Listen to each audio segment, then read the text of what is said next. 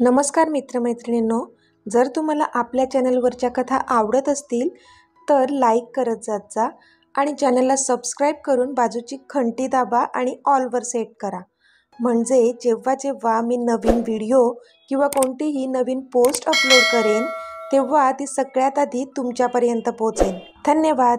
तर वळूया आपल्या कथेच्या पुढच्या भागाकडे. हाय ऋषी, मी आपल्या नेहमीच्या कॅफेमध्ये तुझी वाट पाहत आहे. आय नो तू रागावला आहेस माझ्यावर, पण आज जर तू मला भेटायला आला नाहीस तर मी तुझ्यापासून इतकी दूर निघून जाईन ना की तुला ह्यापुढे कधीच दिसणार नाही मी. पण तिचा तो मेसेज वाचून त्याच्या मात्र काळजात धस्स झालं. तो घाबरला आणि तसाच तिथून उठून ऑफिसच्या बाहेर आला. त्याने तिला कॉल केला तर तिचा फोन आता स्विच ऑफ येत होता. तो स्वतःवरच चिडला आणि गाडीचा स्पीड वाढवत तो निघाला त्या कॅफेच्या दिशेने. आता पुढे रियांश त्याला जेवढा स्पीड वाढवता येईल तेवढ्या स्पीडली ड्राईव्ह करत तो तिच्यापर्यंत पोहोचण्याचा प्रयत्न करत होता. तो तिचा फोन पण ट्राय करत होता, पण तो स्विच ऑफ दाखवत होता. त्याच्या मनात नको नको ते विचार येत होते. कधी एकदा तिला भेटतो असं झालेलं. स्वतःवरच चिडला होता तो आता. स्वतःचाच राग राग करत होता. का नाही घेतलं तिचा फोन मी? एवढा का हट्टी बनलो मी तिच्यासाठी? तिच्यावर तर इतकं जास्त प्रेम आहे माझं, मग तरी मी तिच्याशी असा कसा दूर राहू शकलो? तो मनातच स्वतःला दूषणं देत होता. सध्या ती सुखरूप असावी एवढीच काय ती देवाला प्रार्थना करत होता. आणि फायनली त्याची गाडी त्या कॅफेमध्ये पोहोचली होती. तो गाडीतून खाली उतरला आणि तसाच वाऱ्याच्या वेगाने त्याने कॅफेमध्ये धाव घेतली. पूर्ण कॅफे फुल होता, क्राऊड होती, पण त्याची नजर तिलाच शोधत होती आणि ती मात्र त्याला दिसत नव्हतीच. त्याचं हृदय नेहमीपेक्षा जास्त वेगाने धडधडत होतं. अजून त्याला ती दिसलीच नव्हती. त्याने सगळीकडे शोधलं पण ती नव्हतीच. तसा आत्ता त्याचा संयम सुटत चालला होता. परी! त्याने खूप जोरात हृदयातून तिला साथ घातली. तशी पूर्ण कॅफेतली माणसं त्याच्याकडे पाहू लागली, पण सध्या त्याला त्याचा काहीच फरक पडत नव्हता.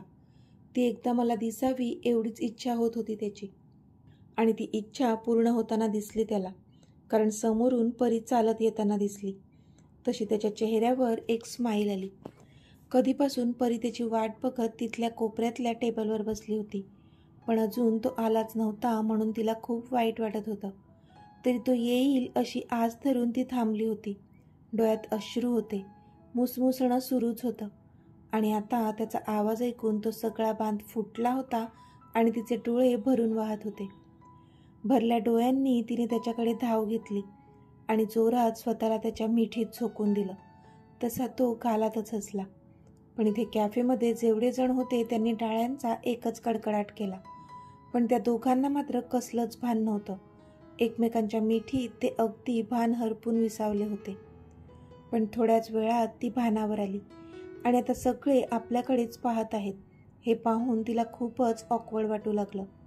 रियांशला पण तिची परिस्थिती कळली, पण तो मात्र खूप खुश होता. त्याने सगळ्यांना हात दाखवून हसून थँक्यू बोलला तो, आणि तिच्या खांद्यावर हात ठेवून तिला तिथून घेऊन बाहेर आला. आज खूप जास्त खुश होता तो. कदाचित आज परीला पण तिच्या फिलिंग्स कळल्या असाव्यात, म्हणून तर ती आपल्या मिठीत आली असाच विचार करत होता तो. त्याने तिला गाडीत बसायला सांगितलं आणि मग तो ड्रायव्हिंग सीटवर बसून तिला घेऊन तिथून निघाला. गाडीत दोघंही शांतच होते. त्याने गाडी एका बीचवर आणली होती जिथे खूप शांतता होती. फक्त त्याची गाडी होती तिथे आणि फक्त तो आणि ती. दोघेही गाडीतून खाली उतरले. सो सांग आता, का भेटायचं होतं तुला मला? का इतक्या तडकाफडकी तू मला बोलावून घेतलंस? त्याने विचारलं. तो आता तिच्या समोर दोन्ही हात खिशात घालून खूपच सिरियस टोनने विचारत होता तिला. त्याला पण आता जाणून घ्यायचं होतं तिच्या मनातलं. तिच्या तोंडून वदवून घ्यायचं होतं त्याला. पण आता त्याला काय आणि कसं एक्सप्रेस करायचं हा प्रश्न परीला पडला होता. ते असंच, तू माझा फोन नव्हता घेत, माझ्याशी बोलत नव्हता, म्हणून तुला एकदा बघायचं होतं मला, ती अडखळत बोलली. व्हॉट? मला बघण्यासाठी बोलावलंस इतक्या तडकाफडकी? सिरियसली? डोक्यावर पडली आहेस का तू? तुला थोडी तरी कल्पना आहे का माझा जीव जायचा तेवढा बाकी राहिला होता? किती वाईट विचार येत होते माझ्या मनात. पण तुला काय ना त्याचं? एखाद्यावर काय बीतत असेल त्याच्याशी तुला काय ना? एनिवेज, तुझ्याशी बोलून काहीच फायदा नाही आहे. चल इथून. तो चिडूनच बोलला आणि वळून गाडीकडे जाऊ लागला. पण तोच ती धावतच आली आणि तिने त्याला मागून घट्ट मिठी मारली. तसा तो जागीच थांबला. त्याला काहीच कळत नव्हतं की ती असं का वागत आहे. सगळं काय बोलूनच दाखवलं पाहिजे का? तुला माझ्या फिलिंग्स कळत नाही आहेत का? मला नाही काही चांगलं वाटत तुझ्याशिवाय. तू माझ्याशी बोलला नाही तर नाही करमत मला. मागचे 4 दिवस तुझ्याशिवाय मी कसे जगले माझं मलाच माहीत आहे. ते 4 दिवस पण 4 वर्षांसारखे वाटले मला. तू तर काय स्वतःचा निर्णय सांगून निघून गेलास. माझा फोन पण नव्हता घेत तू. मग मी कोणाशी बोलायचं? तुझ्याशी कसा कॉन्टॅक्ट करायचा? माझ्याकडे तुझा ॲड्रेस पण नव्हता. मी कशी भेटणार होते तुला? तुला भेटल्याशिवाय चैन नव्हतं पडणार मला. पण तू का निघून गेलास? मी लाख सांगेन जा म्हणून, पण तू मला मनवलं का नाहीस? मी हट्ट केला तर तू पण स्वतःचा हट्ट दाखवत निघून गेला. माझी काय अवस्था झाली असेल एकदाही बघावंसं वाटलं नाही का तुला? मला एकटं करून निघून गेलास. म्हणून मग तुला मी तो मेसेज केला. पण मी खरं सांगते, जर तू नसता आला ना आज, तर खरंच खूप दूर निघून गेले असते मी तुझ्यापासून, जिथून कोणी मला कधीच शोधू शकले नसते. ती बोलली. अजूनही मुसमुसतच होती ती. पण त्याने मात्र तिला ओढून स्वतःजवळ वळवलं. पुन्हा असं काहीच म्हणायचं नाही. मी तुला कुठेच जाऊ देणार नाही, कळलं? तो दटावून बोलला तशी ती त्याच्या छातीशी बिलगली. ओके डिअर, आता तुझे सगळे हट्ट पुरवेन मी. डोंट वरी. तो बोलला तशी ती त्याच्या मिठीतच हसली. पण तू माझा एक हट्ट पुरवावा अशी माझी इच्छा आहे. तो बोलला तसे तिचे हार्टबीट्स खूपच फास्ट झाले. कोणता हट्ट ऋषी? तिने विचारलं. I want to hear that 3 magical words. तो बोलला तसं तिची धडधड अजूनच वाढली. ऋषी प्लीज, मला हे सगळं नाही जमत. ती बोलली. मग माझ्यासाठी जमव प्लीज. तो बोलला. तशी ती विचार करू लागली. ओके, ती बोलली आणि तो मात्र कान देऊन ऐकू लागला. ती खाली मान घालूनच होती. I love you. ती खाली मान घालून लाजून बोलली तसा तो गालातच हसला. रियांश बाबू, खूप मेहनत घ्यावी लागणार आहे तुम्हाला. तिला लाजताना पाहून तो मनातच बोलला. त्याने तिचा चेहरा वर केला. आय लव्ह यू टू परी. तो तिच्या डोळ्यात बघून बोलला आणि त्याने हलकेच तिच्या कपाळावर किस केला. तशी ती मात्र नखशी शांत शहारली. आज पहिल्यांदा एक पुरुषी स्पर्श तिला तिच्या शरीरावर झाला होता आणि तो खूपच हवाहवासा वाटला तिला, कारण तो तिच्या आवडत्या व्यक्तीचा स्पर्श होता. इनामदार विलामध्ये. सगळ्यांची पॅकिंग नीट झाली ना? आजींनी विचारलं.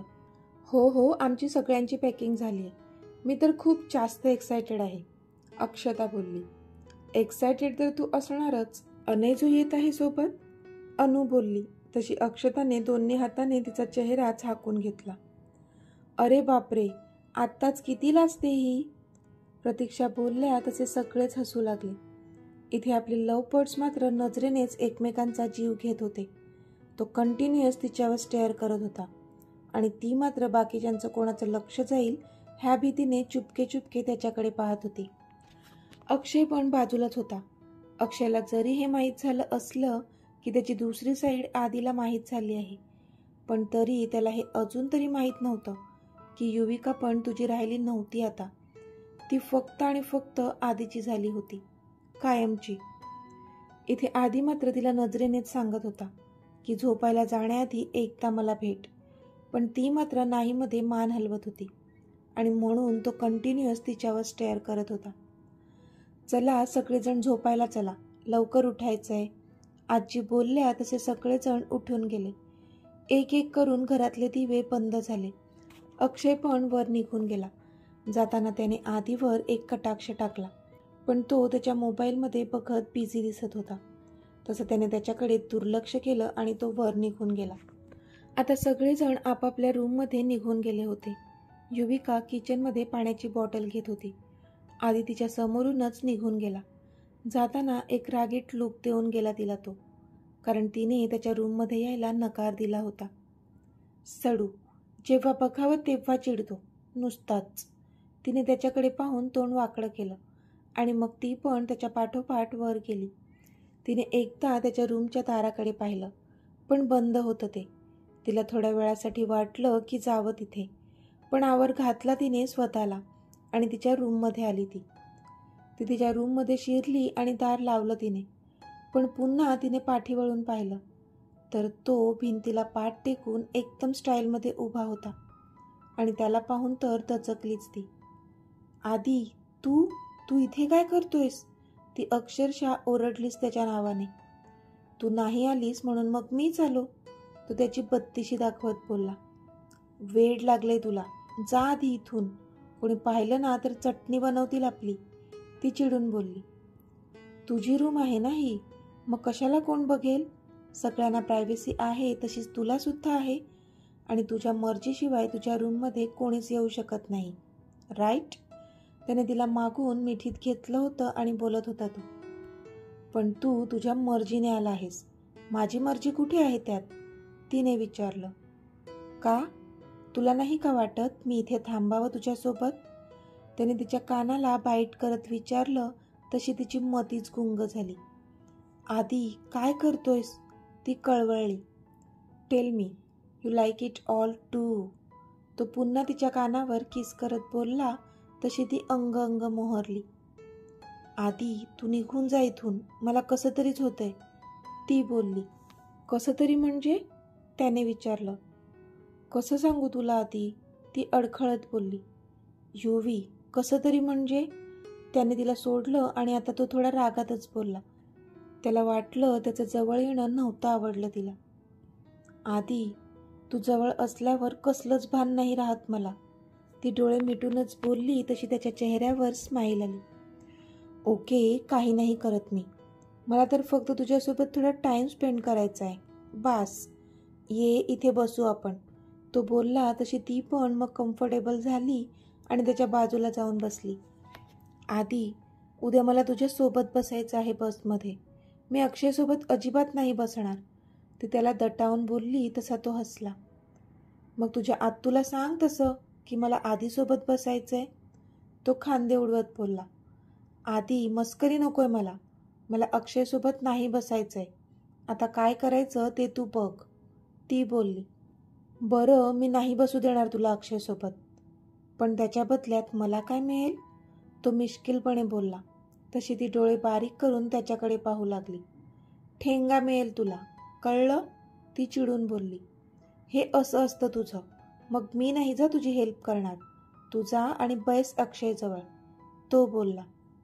ठीक आहे, मी बसेन अक्षयजवळ, पण तुला चालेल ना, तिने पण त्याला टोला लगावला, कारण तो तिला अक्षयसोबत एक क्षणसुद्धा पाहू शकत नव्हता हे माहीत होतं तिला. तू बसूनच दाखव मला, मग बघ मी काय करतो, तो एक भुवई उंच करून बोलला. मला पण बघायचंय तू काय करतो, ती पण ठेक्यात बोलली. हो बघ हा, म्हणजे मयू पण आहे ना, तिच्या बाजूची सीट रिकामीच असणार आहे, मी तिथे बसेन, तो मुद्दाम तिला चिडवत होता. तू तिच्या बाजूला अजिबात बसणार नाहीये, कळलं, ती अक्षरशः धावून गेली त्याच्या अंगावर. मग तुझं तू ठरव, मला काय देशील ते सांग, त्याने विचारलं तसे तिने पाया पटले. सांग काय हवंय, ती चिडून बोलली. तसं त्याने तिला जवळ ओढलं आणि त्याचा अंगठा तिच्या ओठांवरून फिरवला, तशी एक वीज सळसळली तिच्या शरीरातून. ओके चालेल, ती खाली मान घालून बोलली. तसा तो गालातच हसला. थोडा वेळ त्यांनी इकडच्या तिकडच्या गप्पा मारल्या. युवी, ती दिव्या काही आपल्या बाजूने बोलेल असं दिसत नाहीये, आपल्याला अक्षयला एक्सपोज करण्यासाठी दुसरा कोणता तरी मार्ग बघावा लागेल, तो बोलला तशी ती मात्र शून्यात बघू लागली. काय झालं युवी, त्याने विचारलं. आधी मला हे नाव कुठेतरी ऐकल्याचं आठवते, पण कुठे हे एक्झॅक्ट नाही आठवत, ती बोलली. कोणतं नाव, त्याने विचारलं. हेच दिव्याचं नाव, ती बोलली. युवी, इट्स ओके, ते कॉमन नेम आहे, ऐकलं असेल कुठेतरी, तो बोलला. नो आधी, मला असं शुअरली वाटतंय की हे नाव मी ऐकलंय आत्ताच कुठेतरी, ती खूप गहन विचार करत बोलली. माझ्याच तोंडून ऐकलं असेल युवी, मी तुला ह्या आधी बोललो होतो ना तिच्याबद्दल, तो बोलला. असेल कदाचित. ती पण मग बोलली, कारण तिला काही जास्त आठवत नव्हतं. तुझा आता झोप, उद्या उठायचं आहे ना लवकर, ती बोलली. तू म्हणत असशील तर इथेच झोपू शकतो मी तुझ्या मिठीत. उलट मला छान झोप लागेल. तो तिला डोळा मारून बोलला तशी ती त्याच्याकडे डोळे बारीक करून पाहू लागली. मला पण आवडेल, तिला अजून बोलली तसा तो उडालाच. काय खरंच? त्याचा आनंद गगनात मावेनासा झालेला. हो खरं, पण आपल्या लग्नानंतर, ती बॉक्स टाईप स्माईल देऊन बोलली तसा त्याचा चेहराच पडला. युवी, दिस इज नॉट फेअर, तो तोंड पाडत बोलला. आधी आता नौटंकी नको, पळ इथून पटकन, ती बोलली आणि त्याला ढकलून बाहेर काढू लागली. हो जातोय, ढकलतेस का? गुड नाईट, तो तोंड पाडत बोलला आणि दाराजवळ गेला. पण तो दार उघडणार त्याआधीच तिने त्याला आवाज दिला.